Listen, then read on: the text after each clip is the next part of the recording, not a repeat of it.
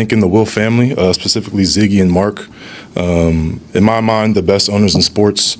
And I say that because while they field a competitive team on the field year after year, they do that with awareness in class. I don't think any organization does it quite like the Will family does. They are progressive, they're active in the community, their efforts are local, national, and global, and they've created a culture of winning here, a culture that people want to come from all over. Free agents loved coming here. I know you guys see the end of year reviews. The Vikings are always number one just because of how well this organization is ran. So big shout out to the Will family. I also want to thank Mike Zimmer and Rick Spielman, the two people that played a big influence in my coming to Minnesota. Being drafted here as a 9th pick in 2014, they entrusted me with a lot. I had a lot of responsibility at the time. I remember actually in April of that year, before I got drafted, I was coming here for a top 30 visit, and this is when we were in Eden Prairie.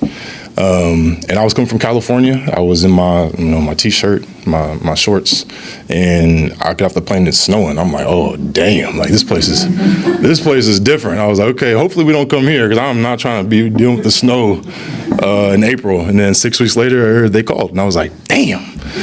But it ended up working out, and now I actually love the snow more than I do the heat. So that's kind of weird how that changed, being a Cali boy. But now I'm like full Minnesota. It's like, where's the snow? I could bring it on. So I do really appreciate Rick and Mike for obviously giving me the opportunity to play here.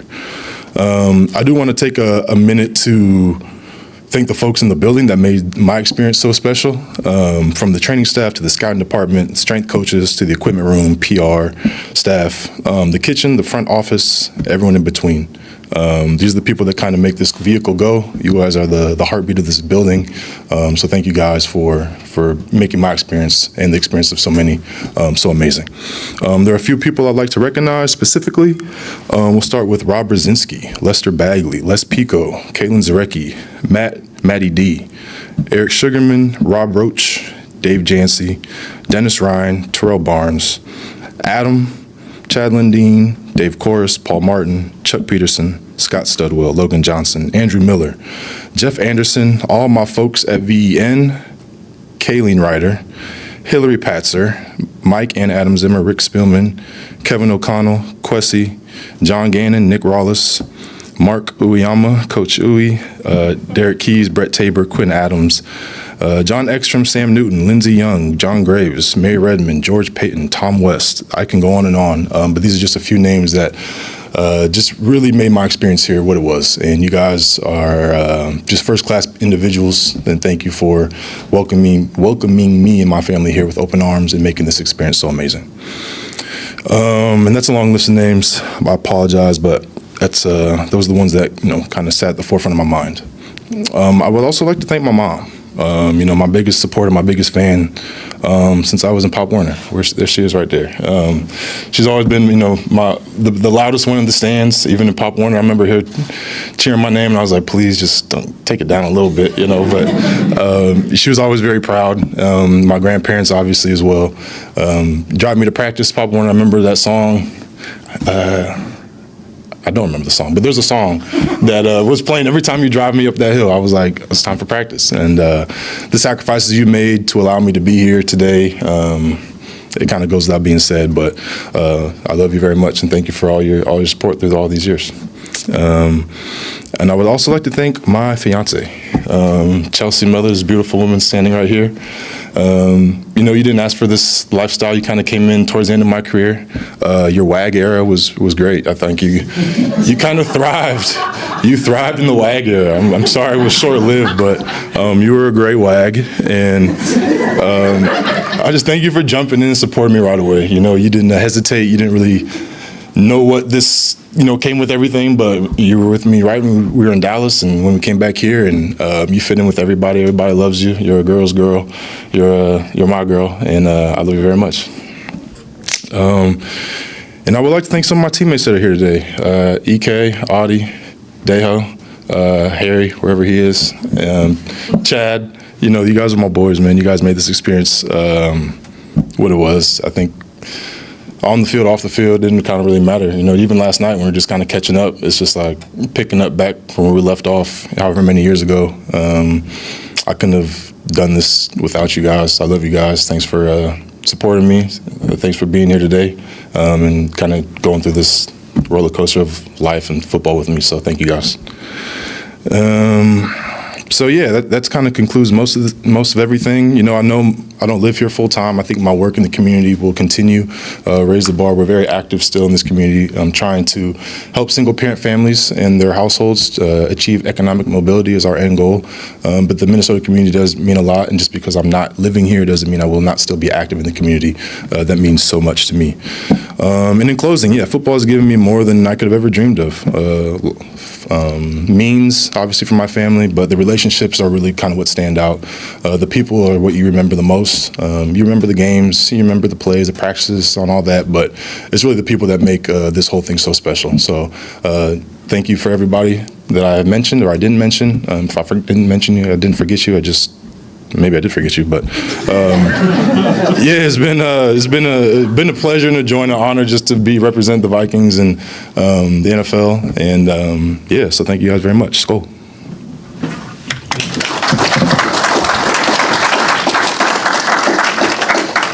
Good questions for Anthony? Yeah, Anthony, when did the vomiting start?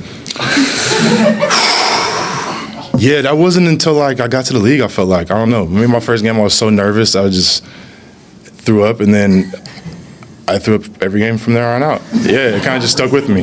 Every game. Even if nothing came out, I was still driving. Yeah, I know that's a little more graphic than you guys probably care to know, but yeah, it was a routine, and it's weird because like people would start like kind of gathering around, you know, like they knew it was time, you know, and Harry would get real close, and I'm like, bro, you're like in the splash zone, like get some distance. But if you know him, he's weirdly strange and odd and disgusting, so kind of makes sense.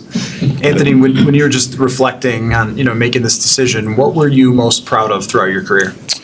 Yeah, I think what I'm most proud of is kind of just the way I carried myself and went about being a pro football player. I think I held myself with class. Always respected the game, respected my teammates, opposition, my coaches. I came in the building. I never missed a meeting.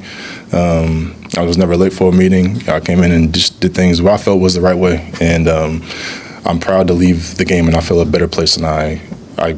You know what I'm trying to say. So yeah, that's my answer. What were some of the responsibilities Zimmer gave you right away as a young player? Yeah, I think he entrusted me with communicating to the team. Some things that he maybe didn't feel comfortable saying, or there was maybe a disconnect from whatever that situation is, but he entrusted me with communicating to the guys, whether it's in the green dot or just a message that he may have had. I feel like we had a good line of communication, and I kind of understood what he was trying to say, even when he couldn't say what he was trying to say. I kind of was able to figure out what he was trying to get at. So I think that just made our relationship really strong. When did Minnesota really start to feel like home for you? Yeah, I'm not sure. I think honestly, I started hanging out with Audie and Harry, and it's funny. Audie was like, "Man, like I remember your draft night, and they called your name," and I was like, "Well, I'm out of a gig now," you know. I was like, "Damn, my bad, bro." And he's like, "I kind of didn't like you at first," and we started hanging out. He's like, "You're not too bad," you know. So maybe that might have been one of the more memorable moments, but it was just funny, kind of how everything comes full circle. Why did you come back in 2023 after being in Dallas for that 1 year? Yeah, I think I had some options to go other places. I was actually in Philadelphia about to sign there when Minnesota called, and it was kind of like a no-brainer to me. It's just a place I like to be, and it's comfortable, it's familiar, and I really enjoy the way things are ran here, the structure of the organization, everything is.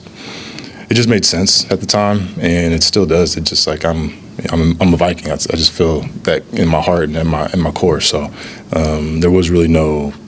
Once they called, I literally left from Philly. I was getting fitted for a helmet, and my agent called me, and I was like, "Oh yeah, let's go to Minnesota." So just like took it off and hopped on a plane, and it was kind of messed up, but it worked out. Yeah. Were you on a tryout at the time in Philly, or were you like? No, I was like about to sign. Like I was going up to the GMs, to sign the papers, and I went up there and I was like, plot twist. I'm actually about to head out. So thanks for everything. The 5 minutes I've been here, but yeah, I'm good. Do you have a story about Eric that can rival what he just told about you? No, I mean, The thing about Eric is like he would shower before every game, and Edmund Robinson used to be on our team, and he was a linebacker, and Eric literally wouldn't go on the field until Edmund told him that his curls were popping. So I swear, he'd be like looking at Edmund like, and sometimes he'd forget and he'd be like, "What?" He's like, "Oh, my bad, your curls, they're popping." And then it was like, okay, and then he was ready to go. So he just needed that confirmation, that affirmation that he was looking good. And they're popping right now. I mean, look at them. Switch lanes, Kroger, and go buy some. What do you think just made your guys' connection so unique and special with you and Eric? I think we have similar upbringings. You know, I think similar morals and beliefs and just work ethic. And going through, like, college is not a, I think it is now, not a glamorous position to be in when you're trying to grind your way through it. And yeah, we got it out the mud. Like we would work out together. We'd go to class together. We really challenged each other, I think, on the field to be better. Always trying to like one up each other in workouts and all that. And the competition made us really close, and we ended up living together for a couple of years in college. And then even in Minnesota, we lived in the same building for years. Now we live down the street. It's kind of weird, yeah. But it's cool, yeah. Apartment shopping too. Eric's like, I found the place. I'm like, Oh yeah, that's true. Yep. Yeah, not his wife, but me. Smart decision. What games stood out to you, like the games you played in here? Yeah, the one that I always think of is the game up in Green Bay in 2015 where we clinched the NFC North, kind of the last second Rodgers Hail Mary where the clock expired, but they obviously let them get it off because it's kind of how they operate up there. And we ended up winning, and that ended up being our first NFC championship. And then going the next week, I think we played, I think that's when we lost to Seattle probably. So that's bittersweet, I guess, now that you bring that up. But that's a very memorable game. It was fun. It was cold. It was against our division rivals up at their place, knock them off to win the NFC North. That was one that stands out. Did it feel like it went by fast? Yeah, there are times, it goes by fast sometimes. Sometimes it feels like it takes forever. But definitely sitting here now, looking back, it's like we did all that. It's pretty cool, So it definitely flew by, but there are also times when you're in it where it feels like, man, this is a grind, so kind of both, yes and no. What do you think about all the factors that have been part of your personal growth and development, and then how you relay that through the race bar, like what really stands out or makes what you do there based on the experiences? Yeah, well, it's just supporting people and giving others an opportunity that they may not otherwise have, I think is really important. And I was blessed to have a very strong support system and people that allowed me to get to this point. And without so many people in my family, friends, I don't think I would be here. So me and my mom and our organization, we try to bridge that gap for families and give them a shot because everyone deserves, a chance at least. So obviously we can't affect everybody. There's only so many people we can help, but if you could help one, why wouldn't you? Anthony, I talked to a Jeremiah program family this week, and the mom was talking about how thankful she is that her sons had a role model to look up to in you, obviously besides on the field. What piece does that mean to you, just that there are kids out there who can look up to your character as well as your career? Yeah, it's pretty cool. It's not something I think you think about sometimes when you're in it, but as you get further and further removed from that, I think you realize how important it is to be that, because I think we all once in our life had a role model, whether it's our mom or parents or someone on the outside that we looked up to, and if I could be that for someone, I think that's pretty cool. I would love to inspire the next generation, and it's something I don't take lightly for sure. When you were here in 23, what did you learn about Flores, Kevin O'Connell, kind of the state of the franchise and the leadership now? Yeah, I really like where things are from obviously a more outside perspective now. But when I was here in 23, the leadership I think was exactly where it should be. I think kind of with the times that we're in now, I think they fit perfectly. I think Kevin O'Connell's a great leader, very good communicator, obviously a very smart guy. And very relatable, someone that you could go have lunch with and, to have an easy conversation with, but also demanding and knows his X's and O's and knows what he wants from his guys. And with Flores is just, it was kind of crazy. There was no playbook, when I got here. It was just like, yeah, we just kind of made up this defense. I was like, all right, well, how do I learn it? He's like, I don't know, just go out there and figure it out, I was like, all right, sweet. So that was different, but it was really cool, and I think the guys he has the guys now in place to go out and play his type of ball, and I expect the defense to be solid. Do you still watch Vikings games as part of your Sunday routine? For sure, yeah. That first year I wasn't playing, it was kind of like bittersweet because I was kind of like, man, I wish I was out there. But now I'm to the point where I'm just so at peace with it, and it's all love, and I really enjoy watching games now. It's not stressful anymore. Well, sometimes it is, but most of the times actually with the Vikings, every game is stressful, seemingly. But it's now I can really be a fan and put my purple hat on and be a homer and really support the guys. So what do you want to accomplish in the next phase? Are you and Eric going to start a podcast or something? Well, I'm actually going to get married to my fiance, not Eric, which is maybe a surprise to some of you guys. But yeah, so we'll start there, and then hopefully build a family and kind of go from there. Yeah, I wouldn't mind doing a podcast. That'd be cool. But yeah, maybe down the road.